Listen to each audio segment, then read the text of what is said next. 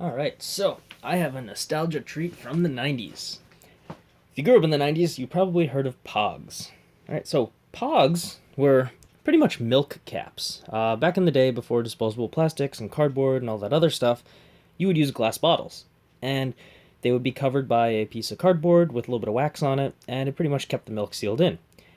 Uh, According to Wikipedia, the origins of Pogs started in Hawaii, actually in the early 1900s. So it's got quite a bit of a history to it. Also, according to the Wikipedia article, a teacher brought it into her fifth grade students, and they started playing with this game.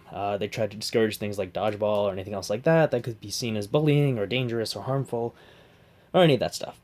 But anyway, I'll explain a little bit about the game, I'll explain the different types of Pogs that exist, and I'll talk a little bit about my personal experiences with it. So, when you play with Pogs, alright, this is actually a case that was introduced later. You took a bunch of milk caps. These are called Pogs, alright? And you and your friend would each contribute an even amount. So I would put in like 10, my opponent would put in 10. I'll put these in as well so we can see what it looks like with a larger stack. Alright, and you could wager as many as you want. Yes, there was a gambling aspect to it. I don't think anybody really cared in the 90s, but anyway, you had different types of heavier Pogs, and these are also thicker in comparison as well. I mean, you can just see how one is much thicker than the other. Alright, and what you would do, take all the Pogs, put them face down, so you'd either have the Pog logo or just a blank piece, and then they'd have designs on the top side. You would take a slammer, so I'll take this one. Right? And you would throw the Pog down on the slammer down on the Pogs, hopefully flipping a couple of them over. Anything that showed face up were yours to keep. Anything that stayed face down was put back into the pile, and then the other player goes. Right? So, I'll try it. I'm not really good at this. I haven't played in like 20 years, but we'll see how it goes. That was probably the worst throw in all of Pog history. Setting records, 20 years after a fad. I'm gonna use a heavier one. There we go. So I threw it down, it hit, I removed the slammer out of the way. 1, 2, 3. These 3 Pogs would go onto my side and they were mine to keep. Then you would recover all of them, put them back into the pile, and then the next player would go. Alright, so nothing, that was horrible. I'll try one more time. I also lost that slammer, I'll pick it up later.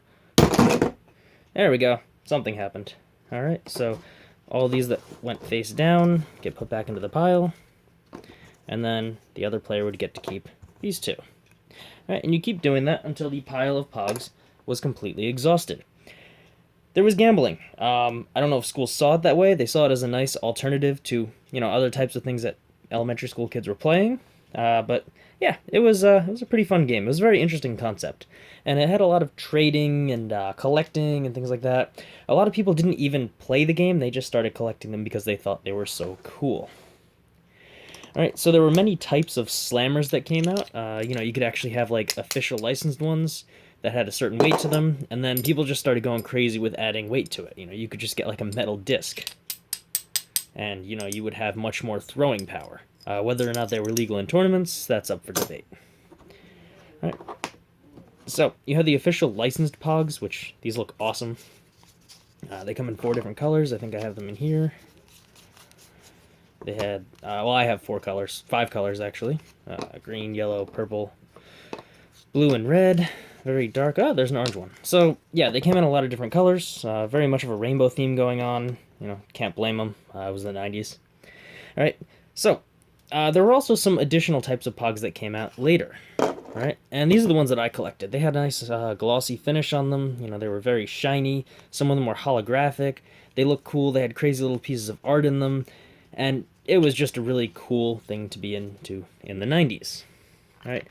Me personally, my cousin and I would collect these a lot. Our parents got really, really clever with that, and they would start putting Pogs in things like Easter eggs or use them as stocking stuffers, and it cost them like 25 cents for like 10 of these. So it was really cheap, and it was a great way to get your kids excited over a nice, simple, cheap product.